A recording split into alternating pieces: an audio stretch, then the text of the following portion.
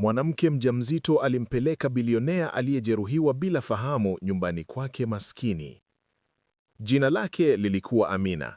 Alikuwa na tumbo kubwa la ujauzito wa miezi 7, mikono imechoka kwa kazi ya siku nzima sokoni. Lakini siku hiyo maisha yake yalibadilika ghafla. Alimkuta mwanaume huyo barabarani, damu ikimtoka kichwani, simu ya kifahari ikianguka karibu naye.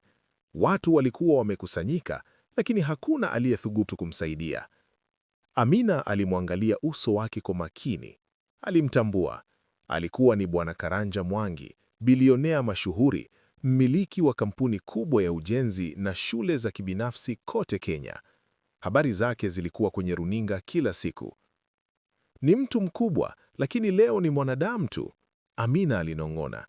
Bila kufikiria mara mbili, aliomba dereva wa boda amsaidie kumbeba. Alitumia pesa yake ya mwisho kumpeleka hadi kwenye nyumba yake ndogo ya mabati. Watu walishangaa. "Kwa nini unampeleka nyumbani kwako? Atakufa," mmoja alisema. Lakini Amina hakujali. Alijua nini maana ya kutelekezwa. Ndani ya nyumba yake ndogo, Amina alifuta damu usoni mwa Karanja kwa kitambaa safi. Alimpikia maji ya moto, akamvalisha shati la mume wake aliyefariki miaka 2 iliyopita. "Usife tafadhali," alimwambia kwa sauti ya chini. "Mtoto wangu anahitaji miujiza na wewe unaweza kuwa moja yao." Karanja alianza kupumua polepole. Amina alimwekea simu yake ya zamani karibu naye, tayari kuita msaada ikiwa hali itazidi kuwa mbaya. Lakini kulikuwa na hofu nyingine moyoni mwake. Je, watu wakigundua bilionea yuko kwake? Polisi? Waandishi wa habari? Au watu wabaya zaidi? Usiku huo hakulala. Alikaa kando ya kitanda chake cha mbao, akishika tumbo lake, akizungumza na mtoto tumboni. "Ukitoka duniani, utakumbuka kuwa mama yako alimsaidia mtu mkubwa, hata kama hatujui kesho yetu." Karanja alifungua macho kidogo. Macho yake yalikuwa mazito, lakini aliona mwanga mdogo wa mshumaa. "Uko wapi?" alihisi kusema. Asubuhi ilipofika, Karanja alikuwa bado dhaifu, lakini fahamu zilianza kurejea. Alimwangalia Amina kwa mshangao. "Kwa nini? Uliniokoa?" aliuliza kwa sauti ya chini. Amina alitabasamu kwa uchovu. "Kwa sababu wewe ni mtu, si mali." Maneno hayo yalimgusa Karanja kwa njia ambayo hakuwa ameisikia kwa miaka mingi. Maisha yake yalikuwa yamejaa mikataba, fedha na watu waliomtaka kwa faida. Hakumbuki mtu wa mwisho kumsaidia bila kuuliza kitu. Alitaka kupiga simu kwa walinzi wake, lakini Amina alimzuia. "Bado hujapona, subiri kidogo." Karanja alimtazama nyumba yake, meza moja, viti viwili, picha ya mume aliyekufa ukutani na kitanda cha mtoto bado hakijakamilika. "Unaishi hapa peke yako?" "Ndiyo, mimi na mtoto wangu ambaye bado hajazaliwa." Karanja alinyamaza. Kwa mara ya kwanza, bilionea alihisi aibu ya maisha yake ya anasa. Habari za kutoweka kwa Karanja zilianza kuenea nchini. Runinga zilionyesha picha yake, wanasiasa na wafanyabiashara waliongea, na polisi walitangaza msako mkubwa. Amina aliona habari hizo kwenye simu yake ya zamani. Mikono yake ilitetemeka. "Watakuja hapa," alijiambia. Lakini Karanja alimwambia kwa utulivu, "Usiogope, hakuna mtu anayejua uko hapa. Nilikuwa peke yangu nilipojeruhiwa." Hata hivyo, ndani ya moyo wake, Amina alijua ukweli ni kwamba mtu huyo alikuwa na maadui wengi, na mtu akigundua alikuwa hai, huenda hatakuwa salama. Usiku huo Amina alimuita Karanja karibu na kitanda chake. Alishika mkono wake kwa nguvu kidogo. "Ukiniokoa, nitabadilisha maisha yako," alisema kwa sauti ya chini. Amina alitikisa kichwa. "Sikukusaidia kwa pesa." Lakini Karanja aliona macho yake yaliyochoka, nyumba yake maskini na tumbo lake kubwa. Alijua mwanamke huyu alikuwa na siri na maumivu yake. "Watu wengi waliniona kama benki, wewe uliniona kama binadamu," alisema. "Nitakukumbuka." Lakini Amina hakujua kwamba nyuma ya kujeruhiwa kwa Karanja kulikuwa na siri kubwa, mpango wa usaliti na ukweli utakaotikisa maisha yake na mtoto wake milele. Na bado hakujua kwamba kendo chake cha wema kingemfungulia dunia ambayo hakuwa tayari kuingia. Siku ya 3, Karanja alianza kupata nguvu kidogo. Amina alimsaidia kutembea nje kwa mara ya kwanza. Jua la asubuhi lilikuwa kali, lakini hewa ilikuwa safi. Watoto wa jirani walicheza wakimwangalia yule mgeni kwa macho ya mshangao. "Huyu ni nani?" Msichana mdogo aliuliza. "Ni mjomba kutoka mbali," Amina alijibu kwa tabasamu. Karanja alishangaa maisha ya mtaa huo. Watu walicheka licha ya umaskini, walipeana chakula, walisaidiana bila kuhesabu. Hakuwahi kuona kitu kama hicho kwenye maisha yake ya kifahari. "Unapenda maisha haya?" alimuuliza Amina. "Si rahisi," alijibu, "lakini hapa watu bado wana mioyo." Maneno hayo yalimbeba Karanja moyoni. Alijiuliza ni lini mara ya mwisho mtu alimzungumzia moyo wake, si akaunti yake ya benki. Baadaye jioni, rafiki wa Amina aitwaye Mama Zawadi alikuja kumtembelea. Alikuwa mwanamke mzee mwenye macho makali na sauti ya busara. "Ni nani huyu mwanamume mzuri uliyekaa naye?" aliuliza kwa mzaha. Amina alicheka, lakini macho yake yalionyesha hofu. "Ni mtu niliyemkuta amejeruhiwa." Mama Zawadi alimwangalia Karanja kwa makini. "Kijana, una macho ya mtu mkubwa, si mtu wa kawaida." Karanja alitabasamu kwa heshima. "Nilipotea mama." Mama Zawadi alinyamaza kwa muda. "Kupotea wakati mwingine ni baraka. Mungu hukutuma kwa watu sahihi." Amina alihisi maneno hayo kama unabii, lakini hakujua baraka hiyo ingejaa na gharama kubwa. Usiku huo, Karanja alipokea simu ya siri kutoka kwa msaidizi wake wa zamani kupitia simu ya Amina. "Bwana, watu wanakutafuta. Kuna watu ndani ya kampuni yako wanataka kuthibitisha umekufa," sauti ilisema. Karanja alinyamaza kwa muda mrefu. "Ni nani?" "Hatua bado hazijathibitishwa, lakini kuna usaliti mkubwa." Amina alisikia sehemu ya mazungumzo. Baada ya simu, alimwangalia kwa macho yaliyojaa hofu. "Kwa nini mtu atake ukufe?" Karanja alitabasamu kwa uchungu. "Fedha nyingi Amina. Watu wengi wanataka sehemu yake." Amina aligusa tumbo lake. Alijua hatari sasa ilikuwa karibu zaidi kuliko alivyofikiria. Siku iliyofuata, polisi walifika mtaani. Walikuwa wakichunguza nyumba kwa nyumba. Amina aliona gari la polisi likisimama karibu na nyumba yake. Moyo wake ulipiga kwa kasi. "Wamekuja," alimnong'oneza Karanja. Karanja alisimama kimya, akitazama ukuta wa mabati. Hakukuwa na mahali pa kukimbia. Amina alificha simu na vitu vyake vya kifahari chini ya godoro. Polisi waligonga mlango. "Hijambo mama, tunatafuta mtu aliyepotea. Umemwona?" mmoja aliuliza. Amina alitikisa kichwa. "Sijamwona." Walichunguza kwa macho, lakini hawakugundua chochote. Waliondoka. Amina alipumua kwa nguvu, machozi yakimtoka. "Kwa nini unaendelea kuniokoa?" Karanja aliuliza kwa sauti ya chini. Amina alijibu, "Kwa sababu sasa wewe ni sehemu ya maisha yangu." Usiku uliofuata, Karanja alikaa kimya kwa muda mrefu, kisha akamuita Amina. "Nina kitu nataka kukuambia, lakini bado si wakati," alisema. "Kuna siri ambayo itabadili kila kitu." Amina alihisi hofu na hamu kwa wakati mmoja. "Ni siri gani?" Karanja alitazama tumbo lake. "Siri inayohusu wewe, mtoto wako na mimi." Amina alishtuka. "Unamaanisha nini?" Lakini Karanja alinyamaza. Alijua ukweli huo ungeweza kuharibu au kuokoa maisha yao. Nje, upepo ulivuma na mbwa walibweka kwa mbali. Amina alilala kwa mashaka makubwa, bila kujua maisha yake ya kawaida yalikuwa karibu kugeuka hadithi ambayo Kenya nzima ingeizungumza. Siku chache zilipita.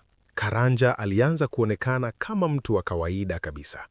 Alijifunza kukaa nje na wanaume wa mtaa, kunywa chai ya maziwa na kusikiliza hadithi zao za maisha. Amina alimuona akibadilika polepole, si kwa mavazi, bali kwa moyo.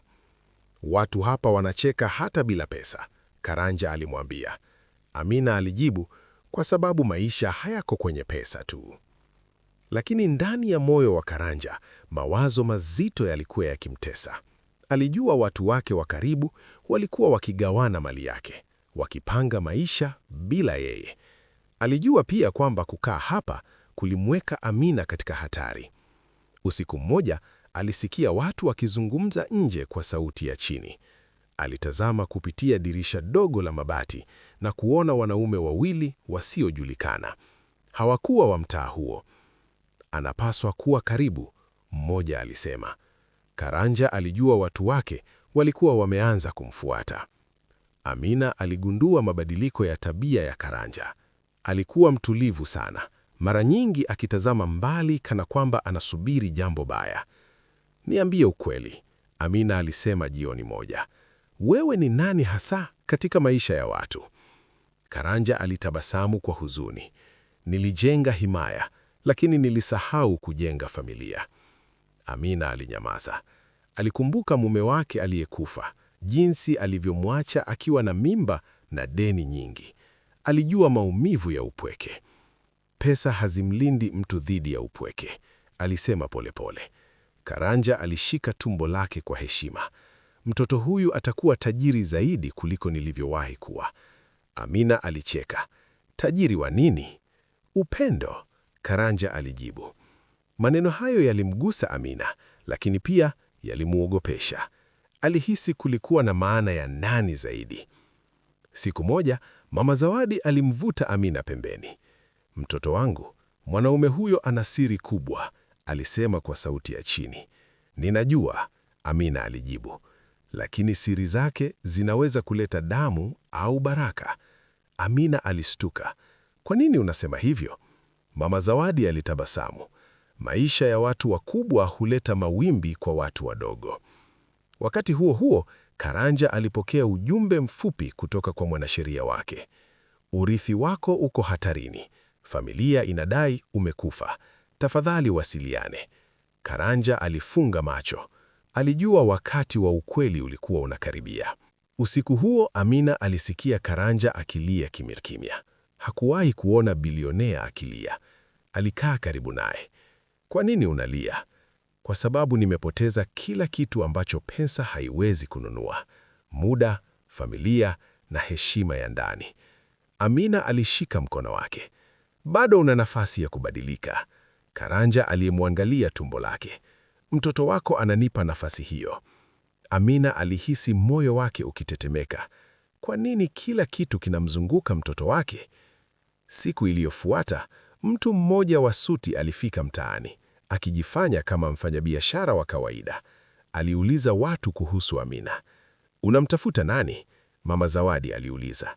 Mwanamke mjamzito aitwaye Amina. Nina habari muhimu kwake. Mama Zawadi alijua hatari. Alikimbia kumwonya Amina. Mtu mkubwa anakuuliza, si mtu wa kawaida. Amina alihisi hofu kali. Karanja paliposikia, alijua mchezo ulikuwa umeanza. Wamenipata, alisema kwa sauti nzito. Aina gani ya watu? Amina aliuliza. Watu ambao wanaweza kubadilisha maisha yako kwa sekunde moja. Mwanaume wa suti alisimama nje ya nyumba ya Amina, akitabasamu kwa adabu, lakini macho yake yalikuwa makali. Habari mama, mimi ni wakili wa familia ya Mwangi, alisema. Tunahitaji kuzungumza na wewe. Amina alihisi miguu yake ikitetemeka. Karanja alimsikia kutoka ndani na akatambua sauti hiyo. Alikuwa ni wakili Njoroge, mtu aliyekuwa karibu sana na familia yake. Amina alifungua mlango kidogo. Mnanitafuta kwa nini? Kwa sababu ulionekana mara ya mwisho na Bwana Karanja kabla ya kupotea, alisema. Familia yake ina maswali. Karanja alijua sasa hakukuwa na siri tena, lakini bado hakuwa tayari kufichua ukweli. Amina alijibu kwa ujasiri. Sijui anakoenda. Nilimwona barabarani tu siku moja. Wakili alitabasamu kwa mashaka. Tutakaa karibu. Ukweli huwa unajitokeza. Baada ya wakili kuondoka, Amina alimkazia macho Karanja. Ulinidanganya, alisema kwa sauti ya chini lakini kali. Watu wako wanajua mahali nilipo. Karanja alinyamaza kwa muda. Nilitaka kukulinda. Kwa kunifichua ukweli? Amina aliuliza. Karanja aliketi chini polepole. Niliwahi kuamini watu wangu. Wamegeuka kuwa maadui. Kama wakigundua niko hai, mambo yatakuwa mabaya. Amina aligusa tumbo lake. Na mimi na mtoto wangu? Karanja alimwangalia kwa macho yaliyojaa hatia. Ndiyo maana nataka kukuambia siri, lakini bado si wakati. Amina alihisi hasira na hofu. Alijua maisha yake ya kawaida yalikuwa yanakwisha. Habari zilianza kuenea mtaani kwamba Amina alikuwa akizungumzwa na watu wakubwa. Majirani walianza kumwangalia kwa macho ya vivu na hofu. Lazima kuna pesa kubwa, mmoja alisema. Au ana siri kubwa, mwingine aliongeza. Mama Zawadi alimkalia karibu Amina jioni. Mtoto wangu, dunia ya matajiri ni kama bahari. Ukishuka ndani bila kujua kuogelea, utazama. Amina alitabasamu kwa huzuni. Sina mahali pa kukimbilia. Wakati huo, Karanja alipokea barua ya siri kutoka kwa kampuni yake. Kesi ya urithi imeanza. Familia yako inataka mali igawanywe mara moja. Karanja alifunga macho. Alijua Amina sasa alikuwa sehemu ya vita hiyo. Usiku mmoja, wanaume wawili walirudi tena mtaani. Safari hii hawakujificha. Waligonga mlango wa Amina kwa nguvu. "Fungua, tunajua yuko hapa," mmoja alipiga kelele. Amina alitetemeka. Karanja alisimama nyuma yake. "Usiogope," alisema kwa sauti ya chini. "Nitakabiliana nao." Alifungua mlango. Wanaume walishangaa kumwona akiwa hai. "Wewe ulitangazwa umekufa," mmoja alisema. Karanja alitabasamu kwa baridi. "Na bado naishi." Wanaume hao walitazamana kwa hofu. Walijua mchezo wao ulikuwa umeharibika. Asubuhi iliyofuata, runinga zilionyesha habari kubwa. Bilionea Karanja Mwangi onekana hai baada ya kupotea kwa wiki 2. Mtaa mzima ulijaa watu, waandishi wa habari na polisi. Amina alijikuta katikati ya dunia ambayo hakuwahi kuifikiria kuingia. Karanja alisimama karibu naye, akimshika mkono. "Kuanzia leo, maisha yako yatabadilika," alisema. Amina alitazama kamera nyingi zikimulika uso wake. Aligusa tumbo lake na kujiuliza, je, mtoto huyu angezaliwa katika dunia ya nani? Na je, siri ya Karanja ingeleta baraka au maangamizo? Waandishi wa habari walizunguka nyumba ya Amina kama nyuki. Kamera zilimulika uso wake, sauti zikimuuliza maswali bila kupumua. Je, ni kweli ulimficha bilionea? Je, mmeoana? Mtoto ni wa nani? Amina alihisi kichwa kikizunguka. Hakuwahi kufikiria maisha yake yangekuwa mbele ya taifa lote. Mama Zawadi alisimama karibu naye, akimshika mkono. "Usiogope," alimwambia. "Ukweli una njia yake." Karanja alisimama mbele ya waandishi wa habari. "Nilikutana na mwanamke huyu katika wakati mbaya zaidi wa maisha yangu," alisema. "Alinisaidia bila kujua mimi ni nani." Watu walishangaa. Mtu tajiri akisaidiwa na mwanamke maskini ilikuwa hadithi kubwa. Lakini ndani ya macho ya Karanja kulikuwa na kitu kingine, hofu kwamba ukweli halisi bado haujafichuliwa. Familia ya Karanja ilifika kwa msafara mkubwa wa magari. Mama yake, Bi Mwangi, alikuwa mwanamke mwenye sauti kali na macho baridi. "Ni huyu mwanamke?" aliuliza kwa dharau. Amina alihisi udogo wake mbele ya ulimwengu wa matajiri. "Ndiyo," Karanja alisema kwa uthabiti. "Yeye ndiye aliyeniokoa." Bi Mwangi alimkagua Amina kutoka kichwa hadi miguuni. "Una mimba? Ni ya nani?" aliuliza bila aibu. Amina alinyamaza. Karanja alikaza mkono wake. "Hilo halimhusu mtu yoyote kwa sasa," alisema. Lakini maneno hayo yalifanya familia yake ianze kunong'onea. Waliona hatari katika mwanamke maskini na mtoto aliyekuwa akija. Usiku huo, Amina alikaa peke yake ndani ya chumba kikubwa cha hoteli ambacho Karanja alimhamishia kwa usalama. Alitazama kitanda kikubwa, pazia zito na runinga kubwa ukutani. "Hapa si kwangu," alijisemea. Karanja aliingia polepole. "Unaogopa?" aliuliza. "Ndiyo, naogopa kupoteza mimi ni nani." Karanja aliketi karibu naye. "Nilipoteza mimi ni nani zamani. Usifanye kosa hilo." Amina alimtazama. "Kwa nini unanijali sana?" Karanja alinyamaza kwa muda mrefu.